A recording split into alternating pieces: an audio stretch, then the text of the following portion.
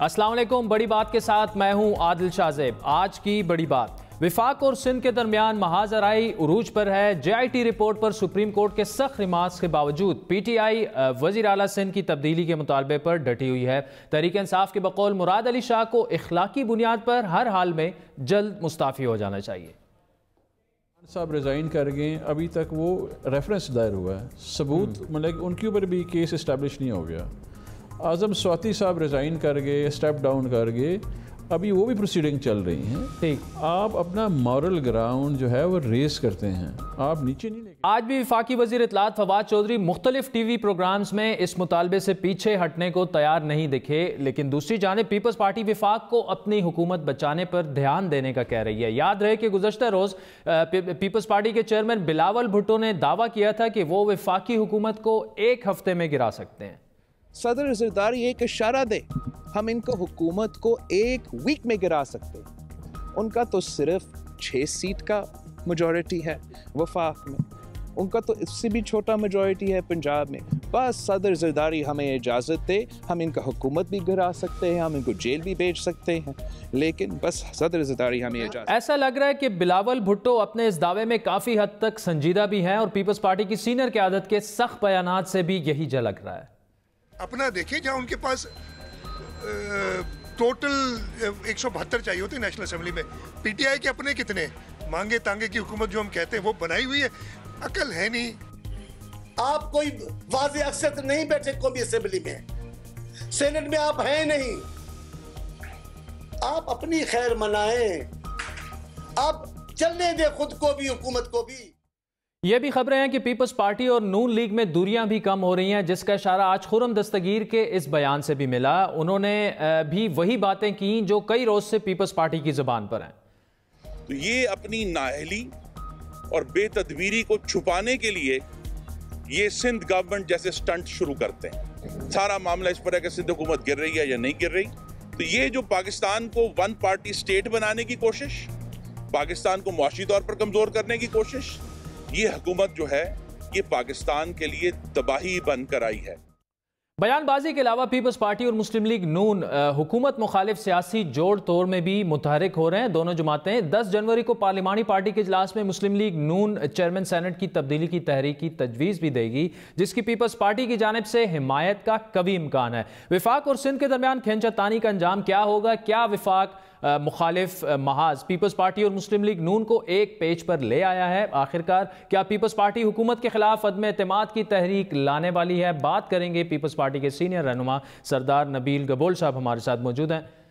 नबील गबोल साहब, गुज़श्ता रोज़ supreme court ने JIT report के मामले पर विफाकी हुकूमत की खासी सख्त सजनिश की, फिर उसके बाद विफाक ने यह वाज़े किया कि वो सिंध में हुकूमत गिराना नहीं चाहते, ना गवर्नर राज लगाएंगे, लेकिन उसके बावजूद पीपल्स पार्टी की लीडरशिप की जानिब से बड़े सख्त बयानात आज भी आए। बिलावल साहब भी बोले, मौला बख्श चांडियो साहब भी बोले। क्या ये बयानात अभी सिर्फ पॉइंट स्कोरिंग है या अभी भी आपको खदशा है कि मामलात कुछ हो रहे हैं, फॉरवर्ड ब्लॉक वजूद में आ रहा है पीपल्स पार्टी में और हुकूमत चेंज करने जा रही है विफाकी हुकूमत सिंध हुकूमत को?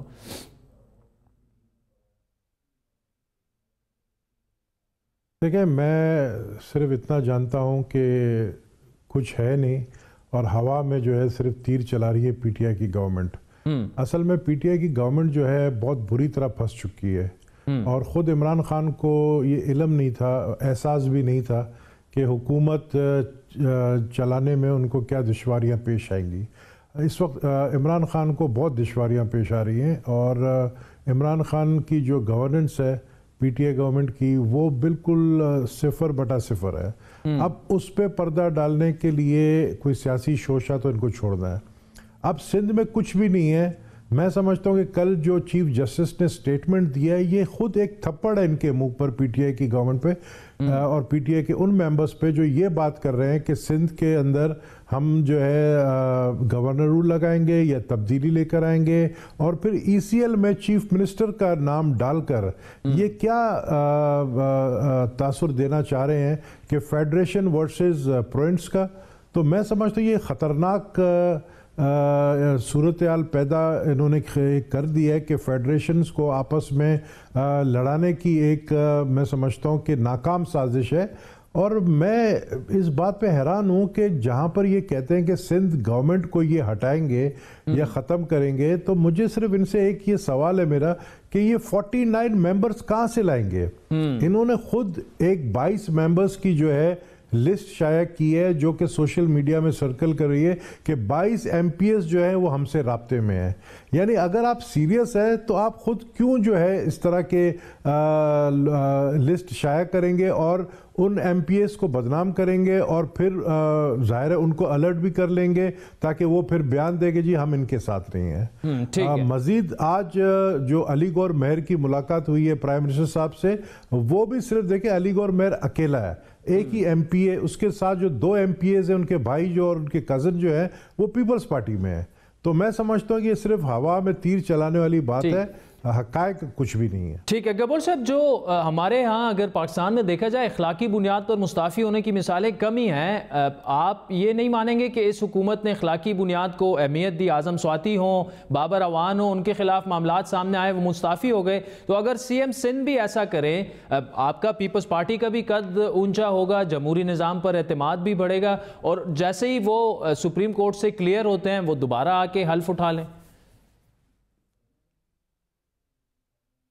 देखिए पहले तो आप समझे GIT है क्या। GIT एक रिपोर्ट होती है और GIT जो रिपोर्ट होती है वो कोर्ट में पेश होती है, जो इन्होंने कोर्ट में पेश किया है। अब उसका जवाब जो है जाहिर है वो जो लोग उस GIT में नाम है उनके वकील जो है वो जवाब देंगे। उसके बाद फिर ये ट्रायल चलेगा, ट्रायल चलने का रेफरेंस बनेगा। अगर रेफरेंस बन जाता है तो फिर शायद इखलाकी जवाब पैदा होता है। अभी तो ये एक फर्स्ट स्टेज है। दूसरी बात ये तो फिर हम जो ये डिमांड कर रहे हैं कि महमूद खान को जो है इस्तीफा देना चाहिए, जो चीफ मिनिस्टर है KP के, उस पर क्यों नाराज होते हैं? क्योंकि उनको भी जो नैब ने बुलाया, मुराद अली शाह को तो नैब ने बुलाया ही नहीं है, आपने उनको सुना ही नहीं है और आपने उनका नाम जो है GIT में डाल दिया है। यहाँ पर तो जो चीफ मिनिस्टर है KP के और जो सीनियर मिनिस्टर है आतिफ खान और फिर अलीम खान, फिर अलीमा बीबी, इन 4-5 लोगों को जो PTI के उनको तो नैब ने बाकायदा बुलाया भी है। तो फिर इन 2-3 लोगों को जो वजीर हैं और चीफ मिनिस्टर, फिर इनको भी इस्तीफा देना चाहिए। अगर हम इस चीज़ को जो है ना एक ट्रेंड बना के रखेंगे तो फिर मेरे ख्याल में फिर प्राइम मिनिस्टर इमरान खान को भी इस्तीफा देना पड़ेगा, क्योंकि उनके भी जो है इंक्वायरीज चल रही हैं। ठीक है नबील कबूल साहब, जो जिस तरह की महाजराई बढ़ रही है पीपल्स पार्टी में और पाकिस्तान तहरीक इंसाफ में, बिलावल साहब ने यहाँ तक कह दिया कि अगर जरदारी साहब इशारा दें तो 1 हफ्ते में हुकूमत गिरा देंगे।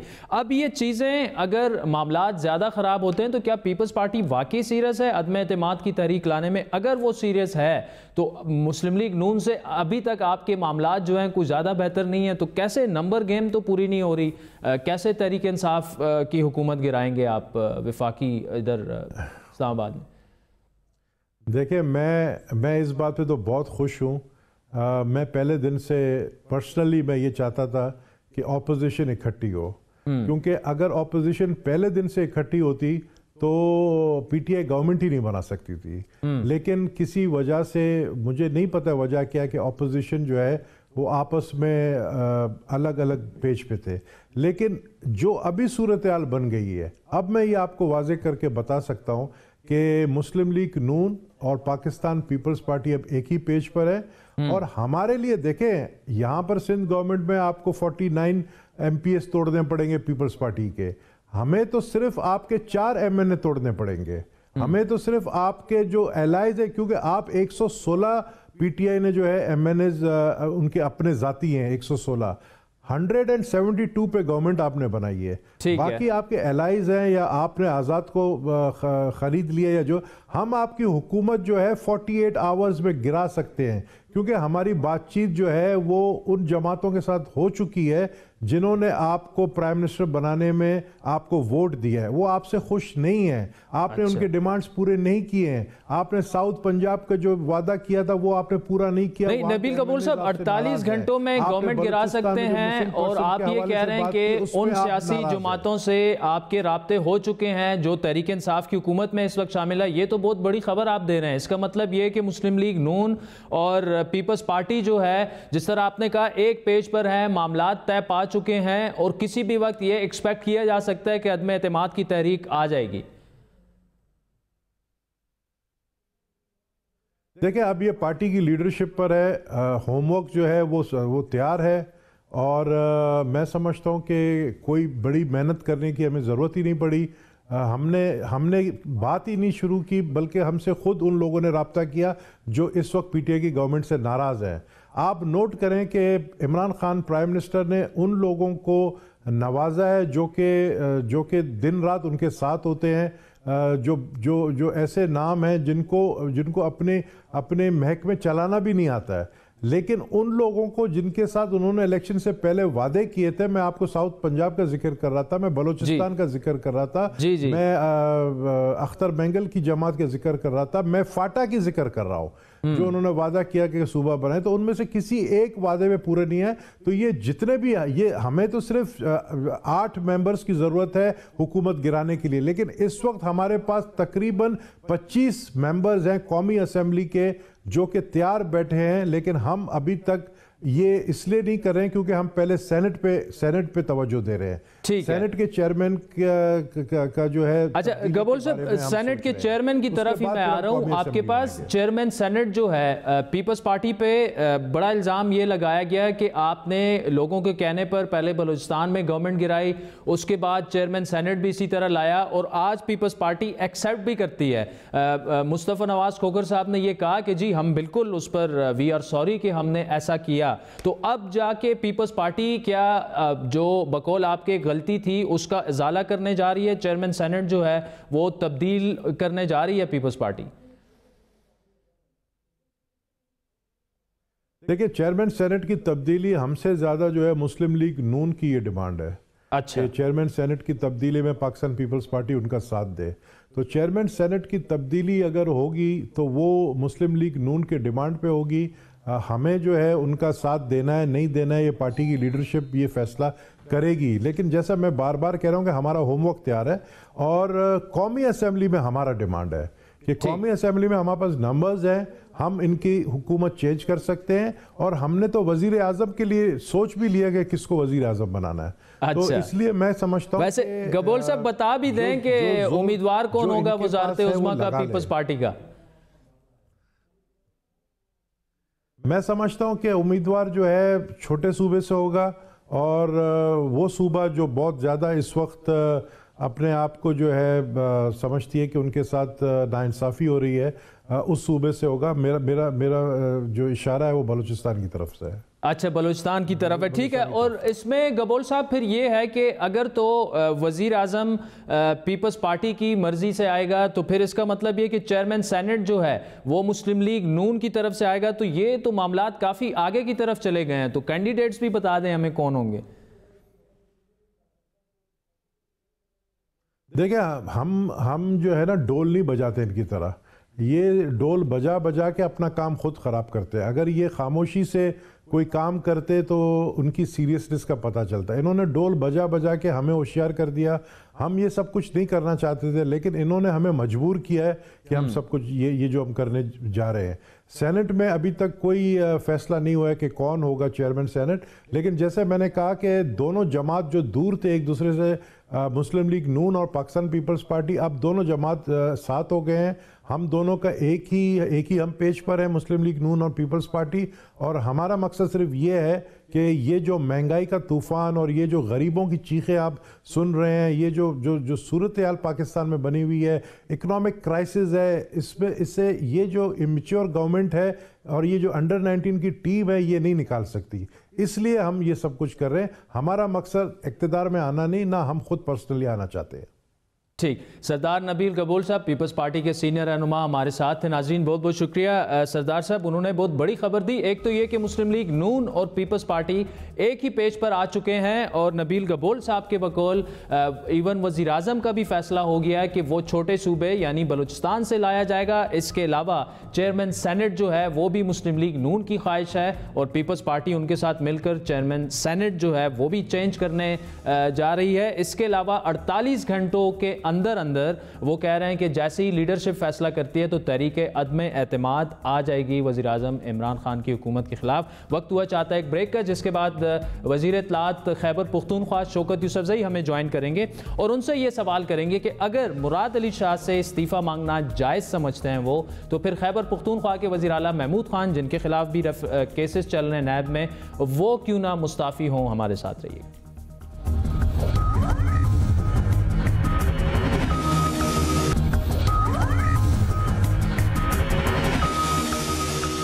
वेलकम बैक नाज़रीन। ब्रेक से पहले बात हो रही थी सरदार नबील गबोल पीपल्स पार्टी के सीनियर रहनुमा। उन्होंने बड़ी बात में बड़ा दावा किया कि 48 घंटों के अंदर अंदर अदम एतमाद की तहरीक लाने के लिए पीपल्स पार्टी तैयार होगी जैसे ही उनकी क़यादत फैसला करेगी।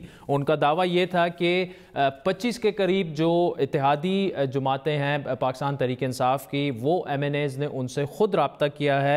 इसके अलावा उनका यह भी कहना था कि अगला वज़ीर आज़म जो है वो बलूचिस्तान से होगा, उसका भी फैसला हो गया है। और साथ साथ में चेयरमैन सेनेट जो है वो भी तब्दील करने जा रही है पाकिस्तान पीपल्स पार्टी। और वो उनका ये दावा था कि मुस्लिम लीग नून और पीपल्स पार्टी जो है इन मामलात पर एक ही पेज पर आ गए हैं। हमारा राब्ता जो है वो शौकत यूसुफजई साहब से नहीं हो पाया, तो बढ़ते हैं अगले सेगमेंट की तरफ।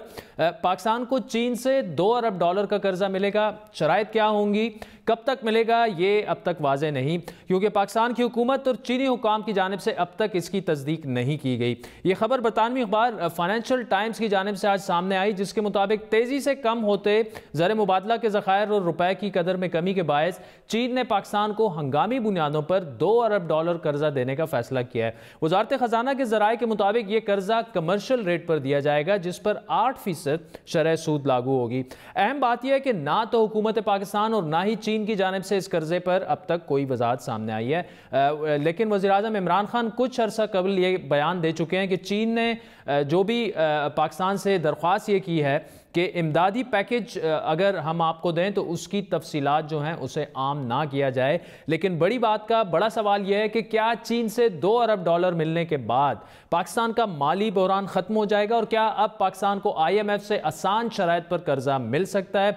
वज़ीर ख़जाना असद उमर के बकौल माली बहरान टल चुका है, जबकि IMF से मुज़ाकरात अभी जारी हैं, लेकिन हक़ाइक़ कुछ और हैं। तहरीक इंसाफ की हुकूमत आने के वक्त स्टेट बैंक के पास ज़र मुबादला के ज़खायर $9.8 बिलियन थे, जो सऊदी अरब से $2 अरब मिल जाने के बावजूद दिसंबर के महीने में कम होकर $7.4 बिलियन रह चुके हैं। अहम बात यह है कि इसमें से $6 अरब वो हैं जो स्टेट बैंक ने मकामी बैंकों से बतौर कर्जा हासिल किया हुआ है, जिसका मतलब यह है कि स्टेट बैंक ज़र मुबादला के ज़खायर को क्या बढ़ा चढ़ा कर पेश कर रहा है। दूसरी जानिब रुपए की कदर में 30% तक कमी के बावजूद पाकिस्तान की बरामदात यानी एक्सपोर्ट्स में भी तेजी से कमी जारी है। नवंबर 2018 के फिगर्स के मुताबिक गुज़श्ता बरस के मुकाबले में पाकिस्तान की बरामदात में 3% कमी आई। इन हालात में हुकूमत ये दावा कैसे कर रही है कि इस वक्त कोई माशी बहरान नहीं है, और अगर जल्द इस सूरत हाल का हल नहीं निकाला गया तो माशी नताइज क्या हो सकते हैं। बात करेंगे हुकूमत के तर्जुमान बराए माशी उमूर डॉक्टर फरूख सलीम साहब हमारे साथ मौजूद हैं। डॉक्टर साहब, फाइनेंशियल टाइम्स के मुताबिक चीन ने पाकिस्तान को $2 अरब का कर्जा देने की यकीन दहानी तो करवा दी है, लेकिन अब तक हुकूमत की तरफ से इसकी कोई कंफर्मेशन नहीं आई। तस्दीक ना तस्दीक कर रहे हैं ना डिनाई कर रहे हैं, को तफसीलात सामने ना आने की वजह क्या है?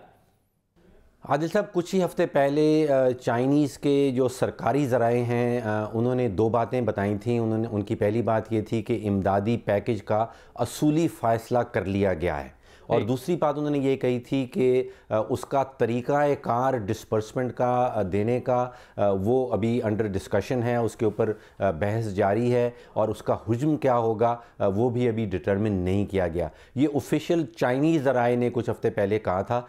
अगर $2 बिलियन पाकिस्तान को कर्ज़े में मिल जाता है चाइना की तरफ से, तो मैं समझता हूँ कि इसका एक पॉजिटिव पहलू है और एक इसका एक नेगेटिव पहलू है। मस्बत पहलू ये होगा कि पाकिस्तान के ऊपर इस वक्त जो फ़ॉरेन करेंसी ज़खायर के हवाले से बड़ा सख्त प्रेशर है, उस प्रेशर में कुछ आसानी पैदा हो जाएगी, कुछ प्रेशर कम हो जाएगा।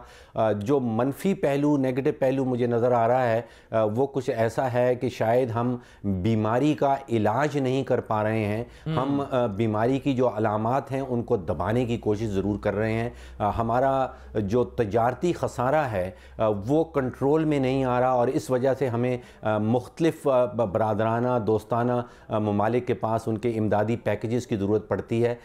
हमें कोशिश ये करनी होगी कि हम बीमारी का इलाज करें और सिर्फ बीमारी की अलामात को दबाने के लिए मुख्तलिफ ममालिक से इमदादी पैकेजेस जो ले रहे हैं, ये ज़्यादातर 1 साल के कर्ज़े में हमें मिल रही हैं। इनके ऊपर सूद भी बर्दाश्त करना होगा और इस वक्त जो अलार्म बेल है, जो ख़तरे की घंटी सामने है कि तकरीबन 1.8 अरब डॉलर से 2 अरब डॉलर माहाना हम नुकसान कर देते हैं अपने करंट अकाउंट डेफिसिट के हवाले से, और जो बैरूनी कर्जाजात की पेमेंट्स करनी है तो $2 बिलियन जो चीन के आएंगे। आप तो बहुत बड़ी स्टेटमेंट दे रहे हैं कि हुकूमत जो है वो बीमारी का इलाज नहीं कर रही, अलामात को दबा रहे हैं। तो बीमारी के इलाज की अगर बात की जाए तो सऊदी अरब ने हमें $2 अरब दिए, वो भी तकरीबन ख़त्म हो गए हैं।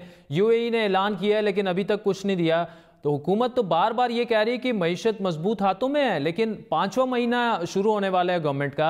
IMF से बेल आउट पैकेज का क्या बन रहा है उस पर भी क्लैरिटी नहीं है। इसका मतलब ये कि बीमारी का इलाज अगर हुकूमत नहीं कर पा रही, आपके बकौल अलामात को दबा रही है, ये तो मामलात फिर दुरुस्त सिमत में नहीं जा रहे। देखिए, इस्लाहात के बग़ैर मामला आगे बढ़ने वाला नहीं है, और अगर हम इस्लाहात ख़ुद नहीं ला सकते तो फिर जो इंटरनेशनल मॉनेटरी प्रोग्राम्स हैं, जो मॉनिटरिंग प्रोग्राम्स हैं, जैसे IMF का हम जिक्र करते हैं, उसके मॉनिटरिंग प्रोग्राम के बग़ैर मैं समझता हूँ जो एक पैगाम हम देना चाहते हैं पाकिस्तान के अंदर सरमायाकारों को भी और पाकिस्तान के बाहर जो आलमी मंडियाँ हैं उनको भी पैगाम भेजना चाहते हैं कि पाकिस्तान इस्लाहात के लिए तैयार है और वो एक आलमी जो मालियाती निज़ाम है उसका हिस्सा कंटिन्यू करेगा बनना, और एक मॉनिटरिंग प्रोग्राम के ऊपर उसने काम शुरू कर दिया है। वो निहायत ज़रूरी हो जाएगा। एक और पॉजिटिव ख़बर जो सामने आई है वो ये है कि पिछले 3 महीनों में जो आलमी मंडियों में तेल की कीमत है वो तकरीबन $85 से गिर के $50 से नीचे चली गई है, और उसका मतलब ये होगा कि अगर यही ट्रेंड कंटिन्यू करता है तो फिर पाकिस्तान का जो तजारती खसारा है, जो करंट अकाउंट डेफिसिट है, वो तकरीबन 3 से 4 अरब डॉलर कम आएगा। PMLN हुकूमत तकरीबन 18 अरब डॉलर का खसारा छोड़ के गई थी, और अब वो खसारा जो है तकरीबन 14 अरब डॉलर सालाना तक पहुंच गया है। लेकिन दोबारा से अच्छा डॉक्टर साहब, अभी नवंबर 2018 की एक्सपोर्ट फिगर्स भी आई हैं, मेरे सामने पड़ी हुई हैं, जो बड़ी अलार्मिंग है। 30% रुपए की कदर में हमने कमी की, लेकिन गुज़श्ता बरस के मुकाबले में एक्सपोर्ट जो है वो कम हो रही है। आसार तो अच्छे नहीं नजर आ रहे मुझे, हुकूमत की माशी स्ट्रेटेजी काम नहीं कर रही। जी आदिल साहब, थोड़ी सी करेक्शन कर दूं, 1.9 अरब डॉलर की एक्सपोर्ट्स हैं नवंबर 2018 में, और तकरीबन 1.8 अरब की एक्सपोर्ट्स हैं नवंबर 2017 में। और इसी पीरियड के दौरान आपने दुरुस्त कहा कि तकरीबन 30% हमने रुपया गिरा दिया है, लेकिन उसी के साथ साथ हमारी एक्सपोर्ट्स भी गिर गई हैं। इसका मतलब ये है कि हमें कोई मुतबादिल हिकमत अमली दिमाग में रखनी होगी, कुछ सोचनी होगी। सिर्फ रुपये के गिराने से जो हमारी तवक्कुआत कि एक्सपोर्ट्स बढ़ जाएंगी, वो ऐसा हो नहीं पा रहा। रुपया भी गिर रहा है और साथ ही साथ एक्सपोर्ट्स भी गिरी हैं। थोड़ा सा इम्पैक्ट हमारी इंपोर्ट्स के ऊपर ज़रूर आया है। कोशिश यही थी कि अगर रुपया गिरेगा तो इंपोर्ट्स गिरेंगी, और इंपोर्ट्स के गिरने के नतीजे में हमारा तजारती खसारा जो है वो सुकड़ जाएगा। इंपोर्ट्स ज़रूर गिरी हैं, लेकिन सिर्फ 3% गिरी हैं, जबकि रुपया इसके साथ 30% गिरा है। मुतबादिल हिकमत डॉक्टर साहब, बार बार हम जो जिक्र कर रहे हैं मुतबादिल हिकमत अमली, वो क्यों हुकूमत अभी तक बना नहीं पाई? 4 महीने उनके हो गए हैं। वज़ीर आज़म और असद उमर साहब ने ऑन द रिकॉर्ड ये कहा है कि करंट अकाउंट डेफिसिट का जो मामला है वो अब हल हो गया है, अब हमें आगे बढ़ना है। लेकिन ये जो फिगर सामने आ रहे हैं ये तो बड़े अलार्मिंग है। वजह क्या है कि हुकूमत मुतबादिल हिकमत अमली अब तक नहीं बना पाई? देखिए, इस वक्त पाकिस्तान की जो 2/3 एक्सपोर्ट्स हैं वो टेक्सटाइल सेक्टर से होती हैं, तो focus in the short term तो हम सिर्फ टेक्सटाइल सेक्टर के ऊपर ही कर सकते हैं। अगर एक्सपोर्ट्स हमने बढ़ानी है तो टेक्सटाइल सेक्टर के ऊपर ही फोकस करके उसको इंसेंटिव्स देने के बाद शायद नताइज सामने आएंगे। 3 या 4 हफ्ते पहले जो हुकूमत पाकिस्तान का और all Pakistan textile mill association का जो आपस में एक एग्रीमेंट तय पाया था, उसमें हुकूमत टेक्सटाइल सेक्टर को सब्सिडी दे रही है। $6.5 की सब्सिडी है गैस के ऊपर, जो बाहर से $13 की आती है, $6.5 हुकूमत बर्दाश्त करेगी, $6.5 जो टेक्सटाइल मिले हैं उनको टैक्स का उनको गैस का पर यूनिट पे करना होगा। और उसके इव्ज़ टेक्सटाइल मिल मालकान ने इस चीज़ की यकीन दहानी करवाई है कि तकरीबन जो 200 मिलें पिछले 2 सालों में बंद हो गई थी, उनमें से 100 मिलें अगले 3 से 6 महीने में चालू कर दी जाएंगी। ये बताएं, जो फॉरेन एक्सचेंज रिजर्व्स की अगर बात करें, स्टेट बैंक के फिगर्स हमारे पास हैं, उसके मुताबिक $7.4 बिलियन जो हैं वो इस वक्त स्टेट बैंक के कह रहे हैं हमारे पास है। लेकिन इन $7.4 बिलियन में 6 बिलियन तो हमने अपने बैंकों से ही कर्ज लिया हुआ है। तो इसका मतलब ये कि स्टेट बैंक के पास इस वक्त सिर्फ तकरीबन $1.5 बिलियन हैं। तो ये फिगर बढ़ा चढ़ाकर पेश किए जा रहे हैं। देखिए, ये एक और ख़तरे की घंटी है जो आपने बजाई है।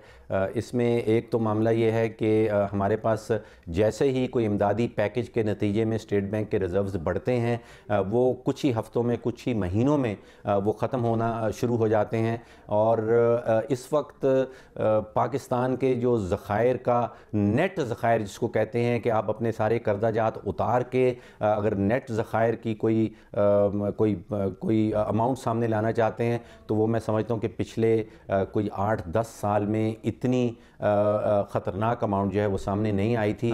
2013 में जब हमारे नेट ज़ख़ायर तकरीबन 4-5 बिलियन नेगेटिव में जाते हैं तो हम IMF के पास चले गए थे। 2008 में कहीं नेगेटिव 2 बिलियन के थे तो हम उस वक्त IMF के पास चले गए थे। आज के हालात जो हैं वो 2008 से और 2013 के मुकाबले में उससे ज़्यादा। डॉक्टर साहब, इसमें हल तो फिर वही है, IMF के पास ही हमने जाना है। लेकिन IMF के साथ मुज़ाकरात में पता नहीं क्या हो रहा है, उसमें भी क्लैरिटी नहीं है। मिनी बजट आ रहे हैं, नए टैक्सेस लगाए जा रहे हैं, रुपए की कदर 30% कम हो चुकी है, महंगाई बढ़ रही है, लेकिन आवाम पर बोझ डालने के बावजूद मईशत ठीक नहीं हो पा रही।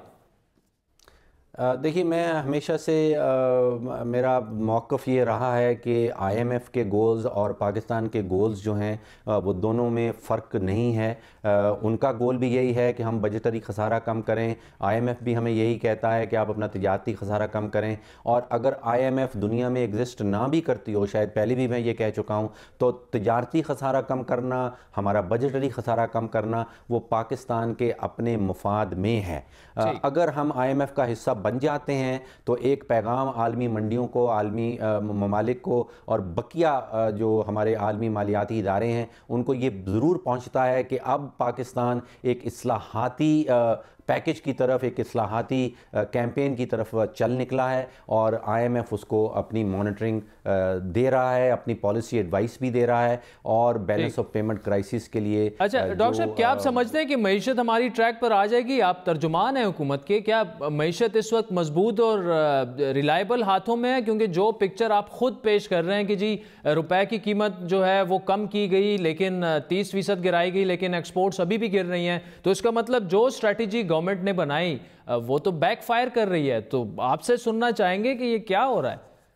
देखिए, अभी तक बीमारी की अलामात जो हैं उनको दबाया जा रहा है और बरादर ममालिक और हमारे दोस्त ममालिक जो हैं उसमें हमारी मदद कर रहे हैं। मैं समझता हूँ कि हुकूमती लेवल पे काम हो रहा है इस वक्त कि एक्सपोर्ट सेक्टर को इंसेंटिव्स किस तरह दिए जाएं। ज़ीरो रेटेड इंडस्ट्रीज़ का आपने देखा होगा, जिसमें 5 इंडस्ट्रीज़ हुकूमत ने शामिल की हैं और कोशिश ये हो रही है कि एक्सपोर्ट इंसेंटिव्स दे के एक्सपोर्ट्स को बढ़ाया जाए, इन्वेस्टमेंट्स बाहर से अट्रैक्ट की जाएँ। उसमें ज़रूर कुछ मस्बत ख़बरें सामने ज़रूर आई हैं, जिसमें कोका कोला की $250 मिलियन की इन्वेस्टमेंट का जिक्र है, जिसमें $1 बिलियन पेप्सी वाले कह रहे हैं। और अभी रिसेंटली वोक्सवैगन जो दुनिया की सबसे बड़ी कार बनाने की कंपनी है, उनकी तरफ से भी इंटरेस्ट ज़रूर दिखाया गया है। लेकिन ये मैं समझता हूँ मीडियम टू लॉन्ग टर्म का मामला है। शॉर्ट टर्म में बड़े सारे मुश्किलात सामने हैं और उनका मुकाबला पाकिस्तानी और पाकिस्तान की। देखिए, डॉक्टर फ़ारूक सलीम साहब तर्जुमान हैं वफाकी हुकूमत के बराए मईशत, लेकिन बड़ी अहम बातें उन्होंने आज की हैं, अलार्मिंग बातें। हुकूमत के तर्जुमान का ये कहना कि जी गवर्नमेंट जो है वो मईशत पाकिस्तान की बीमार है, लेकिन बीमारी का इलाज नहीं कर रही बल्कि बीमारी की अलामात को दबाया जा रहा है। ये कहना था डॉक्टर फ़ारूक सलीम का, जो तर्जुमान हैं वफाकी हुकूमत के बराए मईशत। साथ में उनका ये भी कहना था कि रुपए की कदर में कमी कमी की गई, 30% जो है रुपए को गिराया गया और उसकी एक बड़ी वजह यह थी कि हम अपनी एक्सपोर्ट बढ़ाना चाह रहे थे, लेकिन रुपए की कदर में कमी के बावजूद एक्सपोर्ट्स जो हैं वो नहीं बढ़ रही। इसका मतलब गवर्नमेंट की वो स्ट्रेटजी भी काम उसने नहीं किया और ये आप सब ने सुना। कहना था तर्जुमान जो हैं वफाकी हुकूमत के बराए मईशत डॉक्टर फ़ारूक सलीम का। वक्त हुआ चाहता है एक ब्रेक का, जिसके बाद आपसे दोबारा मुलाकात होगी।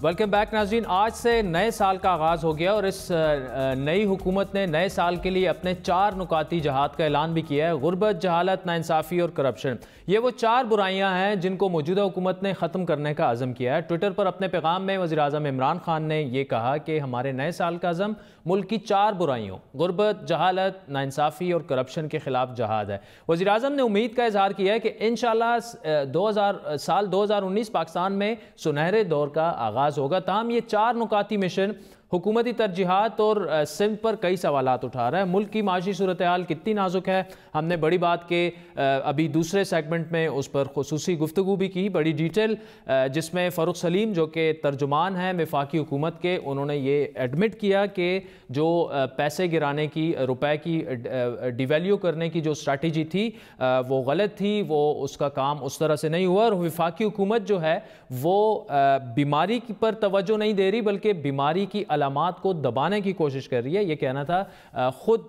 वफाकी हुकूमत के तर्जुमान डॉक्टर फ़ारूक सलीम का। ताहम हुकूमत की तरजीहात में सबसे अहम इस वक्त जो है वो करप्शन और एहतसाब का अमल है।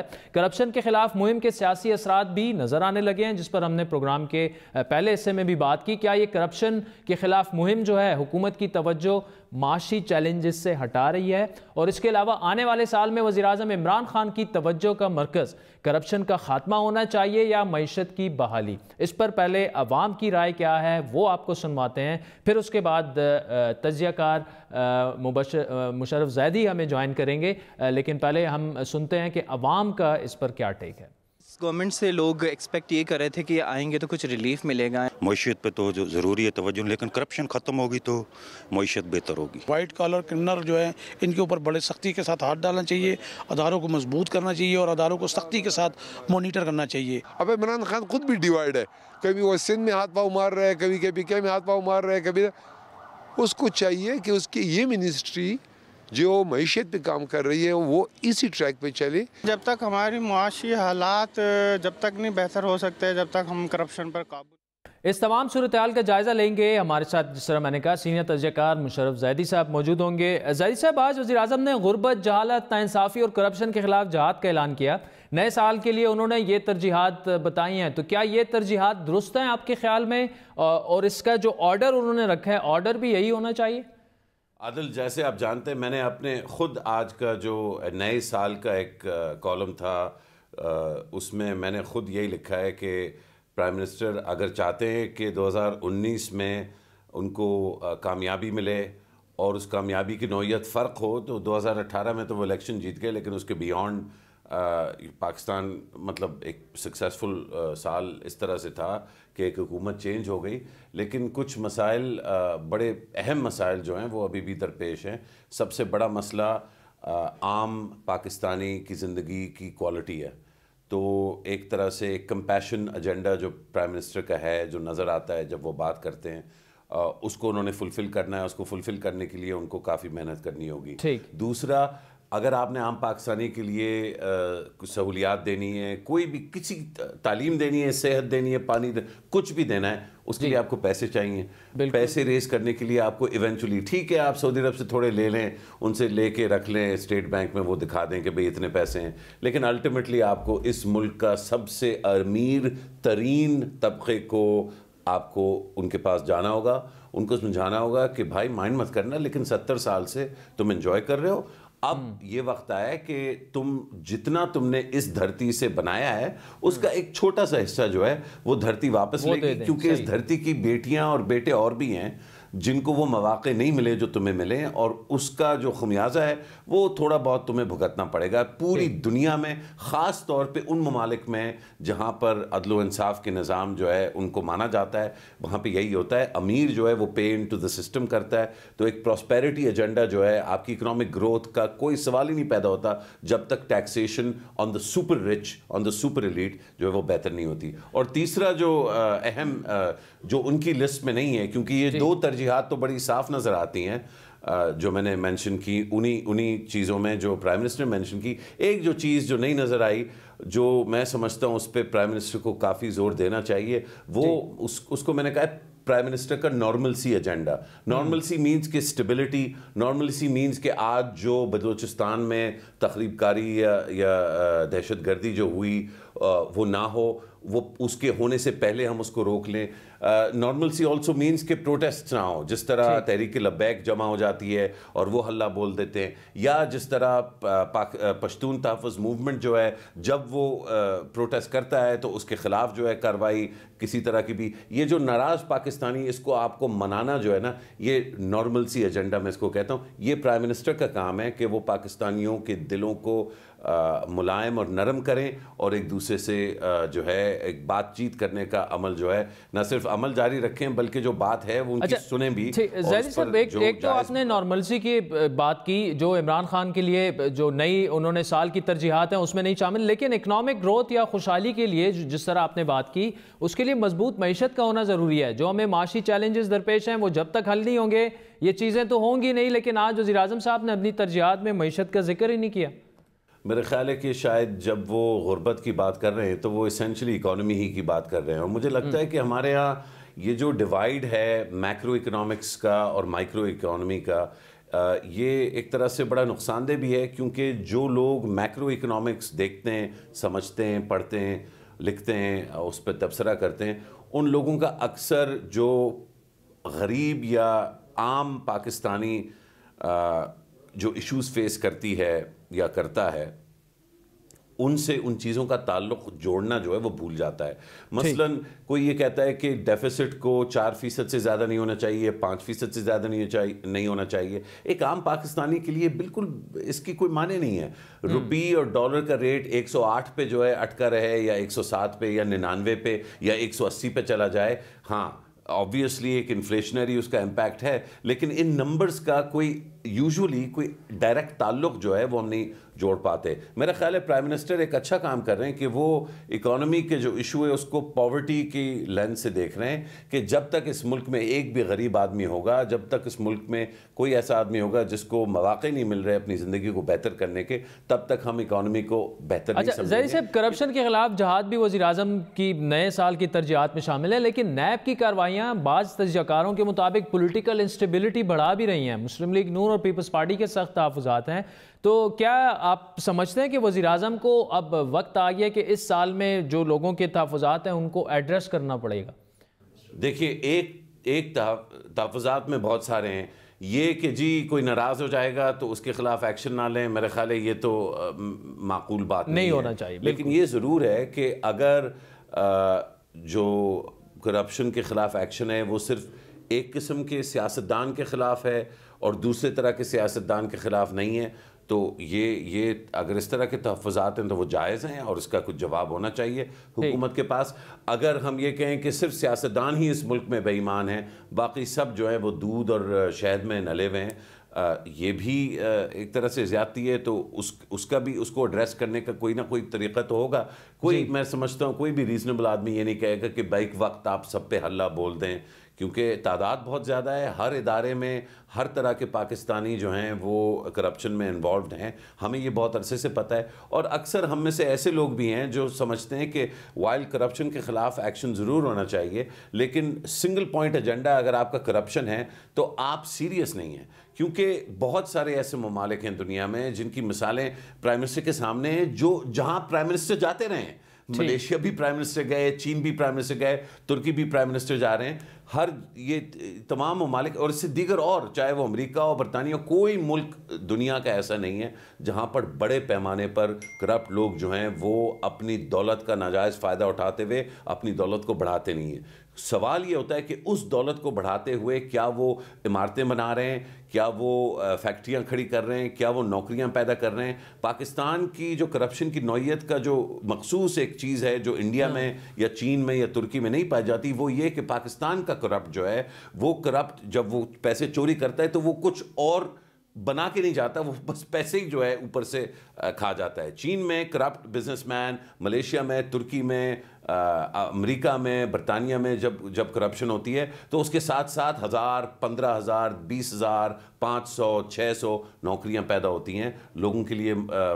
जरिए मुआश जो है एक क्रोनी कैपिटलिस्ट जिसको हम कहते हैं, साउथ कोरिया की बहुत बड़ी एग्जाम्पल है जो 5 बड़ी फैमिलीज थी, वहाँ पर भी बहुत सारी क्रोनीइज्म जो है उसने पैदा की। लकी गोल्ड स्टार पैदा की, डेवू और इस तरह के जायंट, सैमसंग।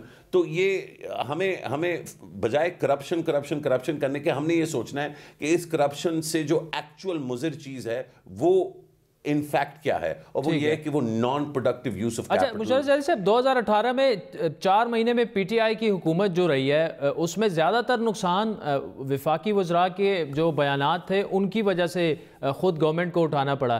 क्या आप समझते हैं कि 2019 में पीटीआई जो है वो 2018 वाली गलतियों से सीखेगी, क्लैरिटी के साथ जाएगी, वो गलतियां नहीं दोहराई जाएंगी? जिस तरह रज़ाक दाऊद साहब की स्टेटमेंट आ गई थी फाइनेंशियल टाइम्स में, चाइना और पाकिस्तान के ताल्लुकात उस वजह से काफ़ी बिगड़ रहे थे। आप समझते हैं कि ये गलतियां अब चूंकि तहरीक इंसाफ सीख चुकी है ये नहीं दोहराएगी 2019 में? रज़ाक दाऊद साहब की स्टेटमेंट का तो मेरा ख्याल है हल अल्हम्दुलिल्लाह निकल आया है, क्योंकि माशाल्लाह एक नया जो कॉन्ट्रैक्ट है उसमें इंशाल्लाह डेस्कॉन भी उनकी कंपनी को मिला है चाइनीज, मेरे ख्याल है मसला हल हो जाएगा। लेकिन शायद ना हल हो, क्योंकि अगर वो जेन्युइनली ये समझते हैं कि चीन का एक प्रेडिटोरी रिलेशनशिप है पाकिस्तान के साथ, तो शायद उनमें इतनी इंटेग्रिटी हो कि वो ये बात करना नहीं छोड़ेंगे। एक चीज़ बिल्कुल वाज़ेह है, जिस चीज़ को आप और हम मिस्टेक समझते हैं, जो चीज़ें हम समझते हैं कि ये ज़्यादती थी या जुल्म था या इस तरह बात नहीं करनी चाहिए एक वज़ीर को या एक मुशीर को, उन चीज़ों की तारीफ़ की जाती है, उन चीज़ों को सराहा जाता है, उन चीज़ों का कंपटीशन होता है मिनिस्टरों के दरमियान कि कौन साहब को, खान साहब को, हमारे वज़ीर आज़म को ज़्यादा बेहतर खुश कर सकता है अपने जारहाना अंदाज से, अपनी जुनूनियत से और अपने जो हरीफैन हैं उनसे मुखालफत में हदें उबूर करके पार कर जाना। ये एक कप्तान का, प्राइम मिनिस्टर का एक बड़ा पुराना जो है वो एक इंस्ट्रूमेंट है, जरिया है, जिससे वो अपनी टीम को भी मैनेज करते हैं और ऑपोजिशन को भी एट बे रखते हैं। अल्टीमेटली पीटीआई हुकूमत को कोई थ्रेट नहीं है, ना पीपीपी से, ना पीएमएल नून से, ना इनके वज़रा के स्टेटमेंट से। इनको अगर थ्रेट है तो वहीं से जहाँ से थ्रेट पीएमएलएन को थी, जहाँ से थ्रेट दीगर और हुकूमतों को थी, और अभी इंशाअल्लाह आने वाले दिनों में तो उस थ्रेट का एक्चुअलाइज होने का कोई खदशा किसी को नहीं है। तो इंशाअल्लाह पाकिस्तान के लिए अल्लाह बेहतरी करे, लेकिन पीटीआई जो है वो कोई ख़ास सबक या उनके आमीन। मुशर्रफ जैदी साहब, इंशाल्लाह 2019 विल बी, आई होप के a better year for Pakistan and Pakistani नाज़रीन। प्रोग्राम को रैप अप करने का वक्त आ गया, लेकिन आपको बताते चलें कि आज नबील गबोल साहब ने बड़ी बात में बड़ा दावा किया है कि 48 घंटों में अदम एतमाद की तहरीक वो ला सकते हैं, उनकी तैयारी पूरी है और उन्हें चाहिए 8 MNAs, लेकिन उनके पास इस वक्त इत्तेहादी जमातें जो हैं तहरीक इंसाफ की, उनके 25 MNAs की उन्हें हिमायत हासिल है। साथ में उनका यह भी कहना था कि अगला वज़ीर आज़म जो है उसका भी फैसला हो चुका है, वो बलूचिस्तान से होगा, चेयरमैन सेनेट भी तब्दील किया जा रहा है। अब ये पीपल्स पार्टी के दावे हैं, उसमें कितनी सदाकत है आने वाले दिनों में हमें पता चलेगा। उसके अलावा डॉक्टर फ़रूख सलीम साहब हमारे साथ थे। फ़रूख सलीम साहब जो हैं वो तर्जुमान हैं मईशत के, माशी उमूर के, हुकूमत के, और उन्होंने इंटरेस्टिंगली आज ये कहा कि हुकूमत वक्त जो है तहरीक इंसाफ की हुकूमत है, वो उनके तर्जुमान हैं। उन्होंने ये कहा कि हुकूमत मईशत जो है वो हमारी बीमार है, बीमारी का इलाज नहीं कर रही, लेकिन अलामात जो है बीमारी की उन्हें दबाने की कोशिश की जा रही है। देखते हैं कि इस पर हुकूमत का क्या रिएक्शन आएगा। आज के प्रोग्राम पर आपके फीडबैक के मुंतज़िर रहेंगे। हमारा ट्विटर हैंडल है @बड़ी बात। मुझे मेरी टीम से इजाज़त दीजिए। खुदा हाफ़िज़।